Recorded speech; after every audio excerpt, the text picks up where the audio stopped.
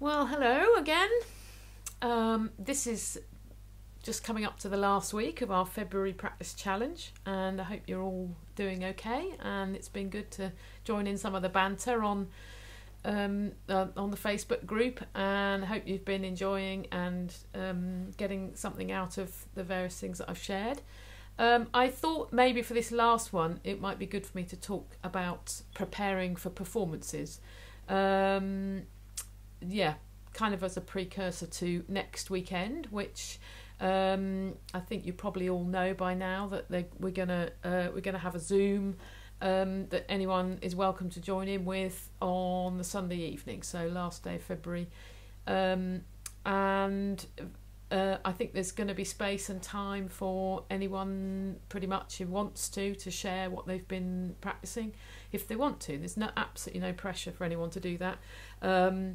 But I'm gonna attempt to share with you the sort of work in progress so far with my Brahms, the first movement of the Brahms. So I thought it would just be good just to kind of reflect a little bit on that process, the process of preparing for that, or any other kind of performance. So I'm aware that we're all kind of out of practice, aren't we, of performing. And if you think back to many of the HSO concerts that we've done, some not so many, some have been doing them for years and longer than I have.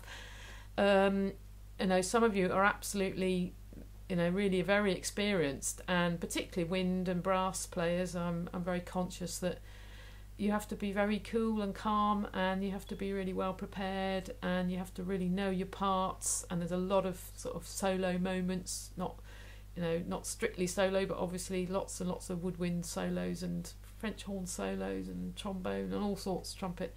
Yeah, some amazing moments, and of course the percussionists are always totally exposed, aren't they? So it's only really us string players that have that kind of option to hide, which we kind of prefer to do, probably most of us, most of the time.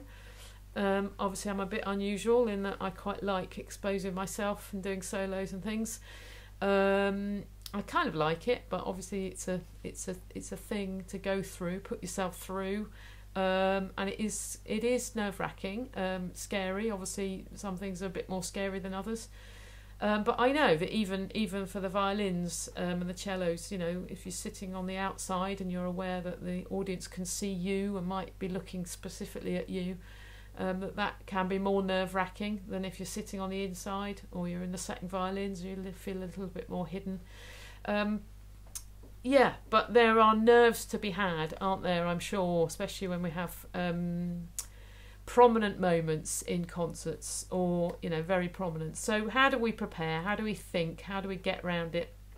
I just got a few sort of things, thoughts really. I mean, we're all different. Some people get more nervous than others. Some people suffer more when they're nervous.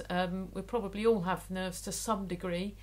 We all know what it feels like to have adrenaline coursing through our bodies, even if it is just a kind of near miss in the car. Had a few of those recently when I've been helping Katie with her driving practice. Not literally near misses, but even if you think it was a near miss, you've suddenly your heart's going really fast. And adrenaline has its uses, doesn't it? If we're sort of, chopped an arm off, probably save our lives, having adrenaline kind of keeping us going or whatever. That sort of fight and flight or flight response, and it's a physical thing. But obviously, if we're in a performance situation, it's not always the most helpful. When your hands go cold and clammy and your heart beats too fast. Learning to manage that really, and obviously the more we do it, the more practice we get at it, the more we can sort of manage it, hopefully. Deep breathing is absolutely brilliant, and I've learnt that more and more over the years, that if you breathe very deeply and very slowly, consciously for quite a number of minutes, 5 to 10 minutes, then it's incredibly effective, and it does slow your heart rate down. But obviously it's quite difficult to do that in the heat of a moment, or moments of a performance. But I think one of the things that I'm struck is understanding yourself, knowing your limits, I suppose. I mean, maybe don't set yourself up for a concerto performance if you feel that your limit really is something not as big as that.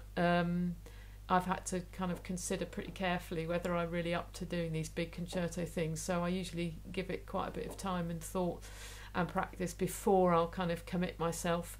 So before you say, yeah, I'll do that, think about whether you really do want to put yourself through that, and if and then try and be kind of keep it in perspective, really. So if it is, for me, like next Sunday, sharing with whoever wants to sort of join, I'm going to keep it in perspective, and hopefully you will too. And it's not a paying audience, and it's me showing my work in progress, and I think that's important to keep that in perspective. So if you're going to come to a chamber music day and join in with people and sort of be heard playing your individual part, perhaps in a way that you've not done before, keep it in perspective. We're all learning, we're all in that situation.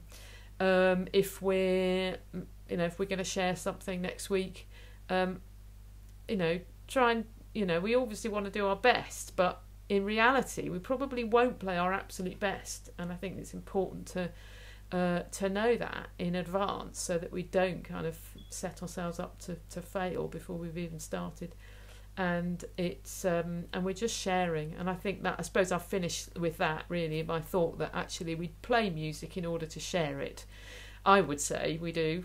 I mean, it's fun to play on our own to some degree, but obviously the fact we're in the orchestra probably means that we like playing with other people, so we like sharing the experience, and presumably to some degree we like sharing that experience that we're having with our audience as well.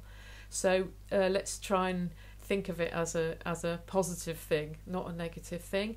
And also remember that your audience, whether it's you guys next week or it's the Capitol audience when we're doing our concerts, or any other kind of experience, generally speaking, almost always, I think audiences basically want to enjoy themselves. They don't want to pick our, they don't want to be critical and pick us to pieces. And people generally don't want to notice mistakes. Even if they do notice them, they're not particularly that interested in the mistakes. They want to enjoy the music. So keeping that in perspective, keeping that in view. I think that's most of what I wanted to say. But I'm really looking forward to some people sharing, and I think I'm looking forward to sharing where I've got to with you. As I say, it's very much a work in progress, and I think it's good to give yourself that stepping stone, that challenge. So I'll stop for now, and hopefully see a good number of you next week. And if not, and I'm really looking forward to when we can get back together playing, obviously, and hopefully not too many more weeks, maybe a month or two, hopefully, before we can do that to some degree again. Okay, well, I hope you're all well, stay safe, and look forward to seeing some of you, as many of you as possible, as soon as possible. Okay, bye.